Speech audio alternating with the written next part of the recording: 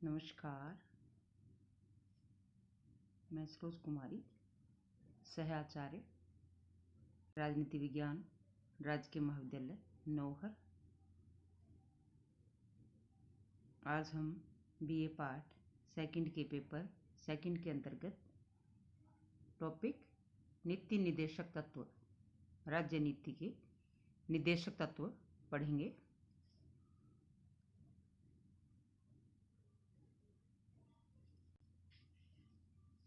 भारतीय संविधान के भाग 4 में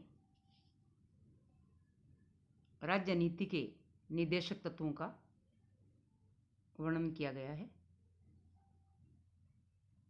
संविधान की धारा 38 से 51 तक राज्य नीति के निर्देशक तत्वों का वर्णन मिलता है। संविधान के भाग 4 के अनुच्छेद 38 से 51 तक।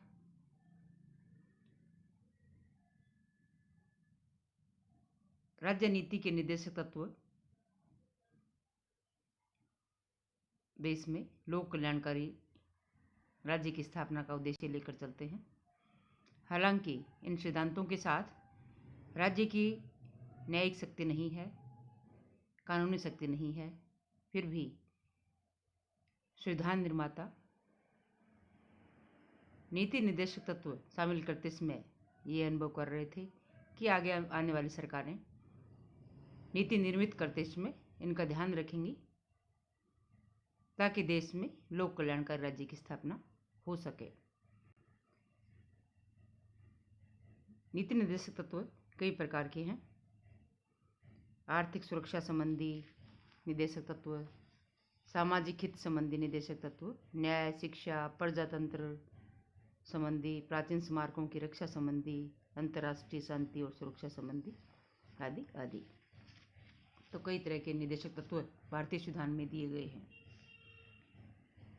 पहले हम देखते हैं आर्थिक सुरक्षा संबंधी मुख्य जो है आर्थिक सुरक्षा संबंधी जो निर्देशक तत्व हैं उनकी चर्चा हम कर रहे हैं अभी।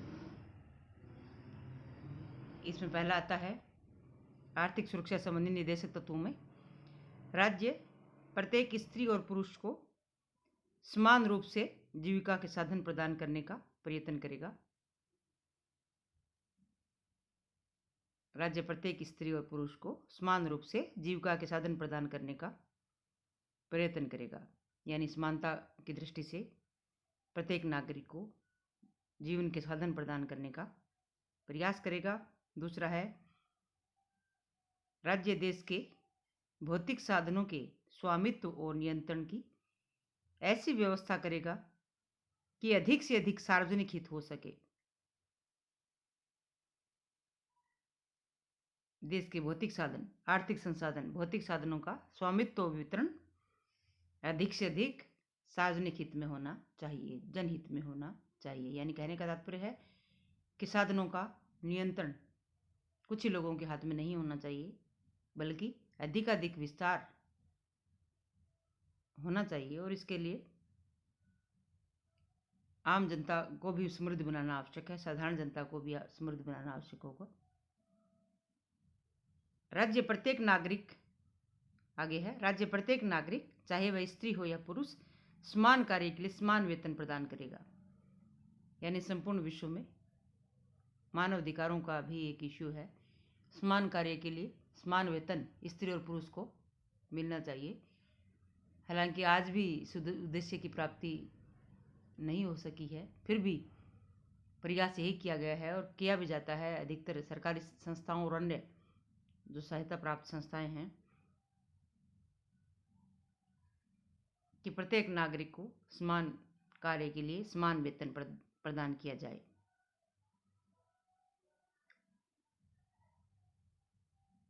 आगे है, राज्य बच्चों तथा युवकों की शोषण से तथा भौतिक या नैतिक परित्याग से रक्षा करेगा। बच्चों और युवकों के शोषण से मुक्ति दिलाएगा तथा उनके भौतिक और नैतिक परित्याग से, उनके भौतिक और नैतिक शोषण से राज्य रक्षा करेगा। क्योंकि युवा और बालक ही देश के भविष्य होते हैं। उनका व्यक्तित्व सही और संतुलित रूप से विकसित हो, इसके लिए ऐसा करना आवश्यक है। आगे आता है, राज्य का कर्तव्य होगा कि गांव में व्यक्तिगत अथवा सहकारी आधार पर कुटीर उद्योगों को प्रोत्साहन दें। भारत जैसे राष्ट्र में जहां जनसंख्या अधिक है और बेरोजगारी अधिक है, इस वजह से कुटीर उद्योग बहुत महत्व रखते हैं। और भारतीय इतिहास में भी भारतीय अर्थव्यवस्था, पुराने समय में भारतीय अर्थव्यवस्था कुटीर और लघु उद्योगों पर ही आधारित हुआ करती थी और राष्ट्र एक समृद्ध श्रेणी का माना जाता था। लेकिन इन वर्षों में कुटीर उद्योगों की ओर विशेष तौर पे साम्राज्यवादी शासन के अधीन कुटीर और लघु उद्योग भारत के नष्ट हो गए। तो अब निर्धारित किया गया है, राज्य के सामने ये उद्देश्य रखा गया है कि कुटीर उद्योगों को प्रोत्साहन देने का कार्य करे। आगे है, वैज्ञानिक आधार पर कृषि का संचालन करना भी राज्य का कर्तव्य होगा। आधुनिक तकनीकों के साथ, आधुनिक बीज और तकनीक खाद के साथ कृषि जो है कृषि का संचालन भी आधुनिक तकनीकों को अपनाते हुए किया जाए ताकि कृषकों की स्थिति में सुधार आ सके। आगे आता है, समाज के कमजोर वर्गों के लिए निःशुल्क कानूनी सहायता की व्यवस्था करेगा। राज्य समाज के कमजोर, आर्थिक दृष्टि से कमजोर वर्गों के लिए निःशुल्क कानूनी सहायता की व्यवस्था करेगा। यह भी निर्देशक तत्वों में आता है। औद्योगिक संस्थाओं के प्रबंध में कर्मचारियों की भागीदारी होनी चाहिए। मानता है कर्मचारियों की भागीदारी हो ताकि उद्योगों के प्रति उनका रुझान पैदा हो और औद्योगिक उत्पादन को बढ़ाया जा सके और खुशहाली भी आए। ये थे आर्थिक सुरक्षा संबंधी निर्देशक तत्व।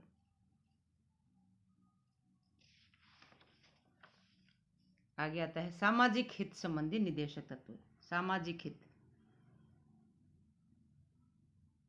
मादक पदार्थों के सेवन पर प्रतिबंध लगाने का प्रयास करेगा। राज्य मादक पदार्थों, नशीले पदार्थों के सेवन पर प्रतिबंध लगाने का प्रयास करेगा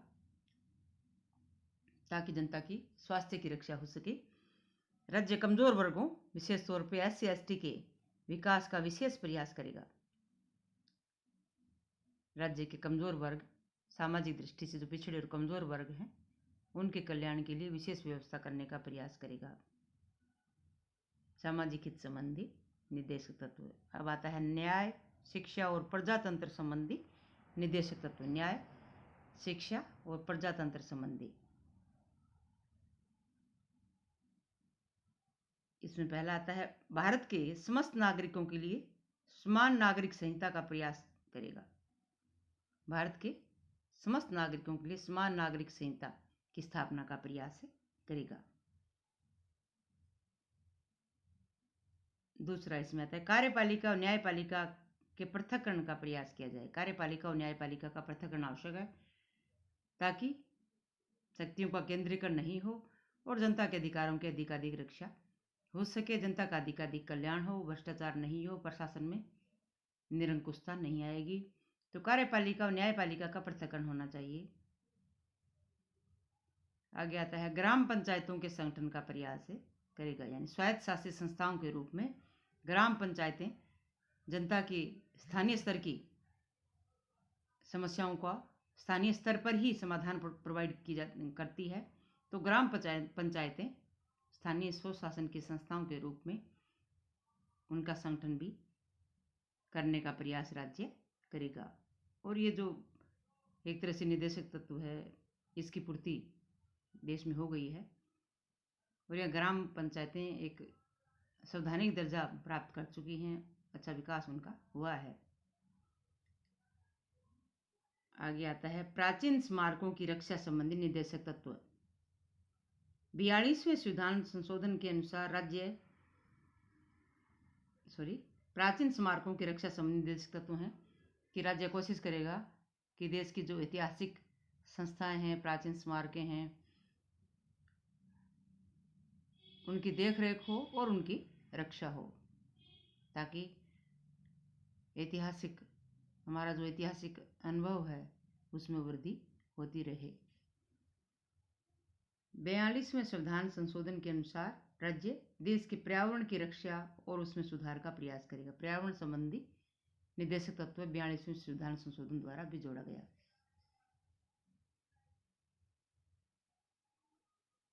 आगे के निर्देशक तत्व में आता है अंतर्राष्ट्रीय शांति और सुरक्षा संबंधी निर्देशक तत्व, अनुच्छेद 51 में दिए गए हैं। यानी राष्ट्रीय नहीं, जनता के सामाजिक आर्थिक कल्याण संबंधी ही नहीं, बल्कि अंतर्राष्ट्रीय स्तर पर भारत की विदेश नीति किस प्रकार की होगी, यह भी निर्देश देने का प्रयास जो है नीति निर्देशक तत्व में किया गया है। अंतर्राष्ट्रीय शांति और सुरक्षा संबंधी निर्देशक तत्व जो कि अनुच्छेद 51 में दिए गए हैं।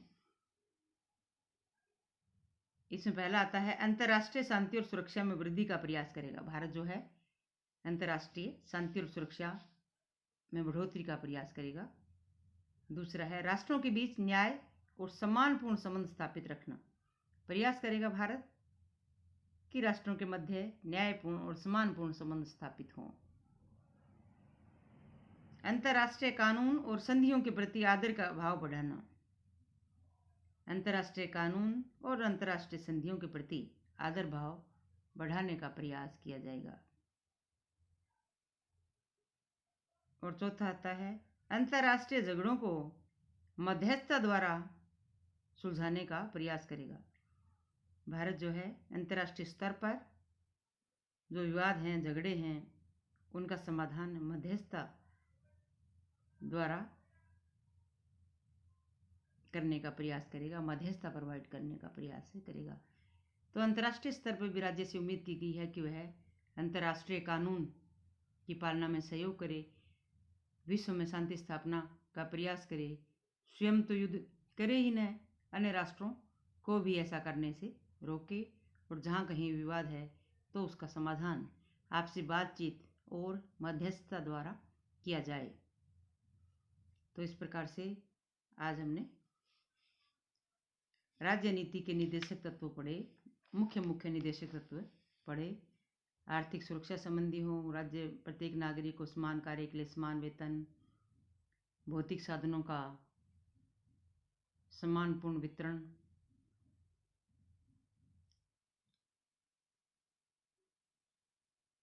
कुटीर उद्योगों का प्रोत्साहन मिलना हो, चाहे वैज्ञानिक आधार पर कृषि को बढ़ावा देना हो, या औद्योगिक संस्थाओं के प्रबंध में कर्मचारियों की भागीदारी हो।